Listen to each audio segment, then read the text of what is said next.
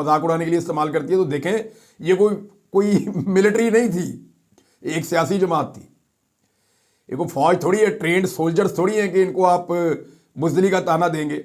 मैंने एक दिन खान साहब को कही थी ये बात, जब गोली चली कंटेनर के ऊपर तो बहुत सारे लोग लेट गए, छुप गए, भाग गए, तो उन लोगों का लोग मजाक उड़ा रहे थे, बात कर रहे थे कि वो भाग गया था, उसके ये हो गया, उसका ये हो गया। तो खान साहब भी बैठे हुए थे, तो मैंने वहाँ एक बात की, मैंने कहा खान साहब फिर तो जिस बंदे ने आपके सामने खड़े होकर गोली खाई उसको आप सेक्रेटरी जनरल बना लें अपनी पार्टी का, आपका जो सिक्योरिटी गार्ड है, यानी उसने अपना जिस्म आपके आगे किया कि इमरान खान को गोली ना लगे, मुझे लग जाए, तो उससे बहादुर तो कोई नहीं है। तो जो पॉलिटिकल लोग होते हैं वो बेचारे कुछ बहादुर भी होते हैं, कुछ नहीं होते, कुछ तशद्दुद बर्दाश्त कर सकते हैं, कुछ नहीं कर सकते, कुछ डंडे मार सकते हैं, कुछ नहीं मार सकते, कुछ खा सकते हैं, कुछ नहीं खा सकते। लेकिन पॉलिटिकल लोग जो है उनकी पॉलिटिकल समझ बूझ एक्चुअली आपके काम की होती है, वो कोई ट्रेंड मिलिट्री फोर्स का आदमी तो नहीं होता। बहरहाल अब ये सारे पछता रहे हैं। देखिए इमरान खान को जिसने छोड़ा वो सारे के सारे पछता रहे हैं, और कई लोगों ने तो इमरान खान को ऐसे छोड़ा कि जिस तरह नहीं छोड़ना चाहिए था। यानी उनकी शक्लों में नजर आ रहा था कि उन्होंने इतना सा भी प्रेशर नहीं लिया, जितना वो ले सकते थे उतना भी नहीं लिया। कई लोगों ने तो बेशर्मी की इंतहा कर दी ना, कि जितना प्रेशर वो ले सकते थे उन्होंने उसका 10% भी नहीं लिया, और बिल्कुल पहले हल्ले में ही कि जनाब मेरा ये ना नुकसान हो जाए, मेरा, वो निकल गए इमरान खान से धोखा करके। तो ऐसे लोग जो है उनके लिए तो इमरान खान साहब कभी भी रास्ता नहीं निकालेंगे। यानी असद उमर साहब के बारे में इमरान खान साहब की बड़ी नेगेटिव राय है, और कुछ और लोग हैं उनके बारे, महमूद खान के बारे में बड़ी नेगेटिव राय है। यानी अब जो है वो उस्मान बुज़दार साहब को इमरान खान वज़ीर आला नहीं बना सकेंगे, उनके बारे में बड़ी नेगेटिव राय है कि ये वो लोग हैं जो बगैर किसी तकलीफ की, मुराद रास ये लोग हो गए। हालांकि सबसे ज़्यादा मैसेजेस या फ़ोन मुराद रास के फ़ोन से गए थे 9 मई को, और मुराद रास को एक दिन भी तकलीफ नहीं पहुंची, प्रेस कॉन्फ्रेंस की और बस उसके बाद मौजा ही मौजा, और अभी हाल ही में उनके केसेस भी खत्म हो गए हैं। नाज़रीन, अख्तर मेंगल साहब ने वही बात की है कि जनाब औरतें सारी छोड़ो, उसके बाद मैं फिर ये एहतजाज अपना ख़त्म करूंगा, वरना ये चलता रहेगा। आसिफ अली जरदारी साहब नाज़रीन बीमार हो गए, और काफ़ी बीमार हो गए। जरदारी साहब जो हैं वो नवाबशाह में थे, और नवाबशाह से उन्हें कराची शिफ्ट किया गया, ज़ियाउद्दीन अस्पताल में, उन्हें निजी अस्पताल है वहाँ पे उन्हें दाखिल किया गया है।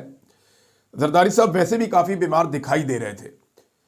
गुज़िश्ता चंद दिनों से जब हम देख रहे थे, जब वो खड़े हुए थे और वो तकरीर कर रहे थे, तो ऐसा लग रहा था कि जैसे वो बमुश्किल बोल पा रहे हैं, वो तकरीर कर ही नहीं पा रहे हैं। बड़ी लागर उनकी सूरत हाल थी, ऐसा लग रहा था बहुत बीमार हैं। उसके बाद हमने देखा कि जरदारी साहब जो है वो ईद की नमाज़ पढ़ रहे थे, बैठे हुए हैं, तो वो उनकी जो पोजीशन थी नमाज़ पढ़ने की वो भी दुरुस्त नहीं थी, कि लोग उस पर तनकीद कर रहे थे। लेकिन ऐसा लगता है कि वो पूरी तरह से उनके लिए मुश्किल होता है कि हर वक्त अपनी पूरी सेंसेस में रहना। शायद अद्वियात का असर हो सकता है, बीमारी का असर हो सकता है। तो अब उन्हें अस्पताल में शिफ्ट किया गया है, अल्लाह ताला उनकी हिफाजत फरमाए। आसिफ अली जरदारी साहब पाकिस्तानी सियासत का बड़ा नाम है, और अस्पताल पहुँच गए हैं, बाकी अल्लाह ताला खैर करेगा इंशाअल्लाह। एक और ख़बर है नाज़रीन, और ये हिसाब किताब से मुताल्लिक है, लेकिन मारिंग बलोच साहिबा ने एक और लेटर लिखा है, और ये लेटर उन्होंने अपनी तहरीक के साथियों को लिखा है। रियासत पाकिस्तान मारिंग बलोच और उनके साथियों को गद्दार समझती है। वो ये कहती है कि जनाब ये गद्दार हैं और ये दहशतगर्दों के साथी हैं, उनके हमदर्द हैं, वो ये कहते हैं। वो तो अब हमें भी यही कहते हैं। जबकि जो मारिंग बलोच और उनके साथी हैं या एक्टिविस्ट हैं, वो सारे खुद को मजलूम कहते हैं। और अगर आप आलमी सतह पे देखें तो आलमी सतह पे तमाम तंजीमें, तमाम लोग, तमाम ममालिक वो इन्हें मजलूम ही समझते हैं, इन्हें दहशतगर्द या गद्दार नहीं समझते। जो दहशतगर्द तंजीमें वो अलग हैं, इनका तरीक़ाकार जो है वो जमहूरी है। ये अपने राइट मांगने के लिए प्रोटेस्ट करते हैं, आईने पाकिस्तान के मुताबिक प्रोटेस्ट है वो।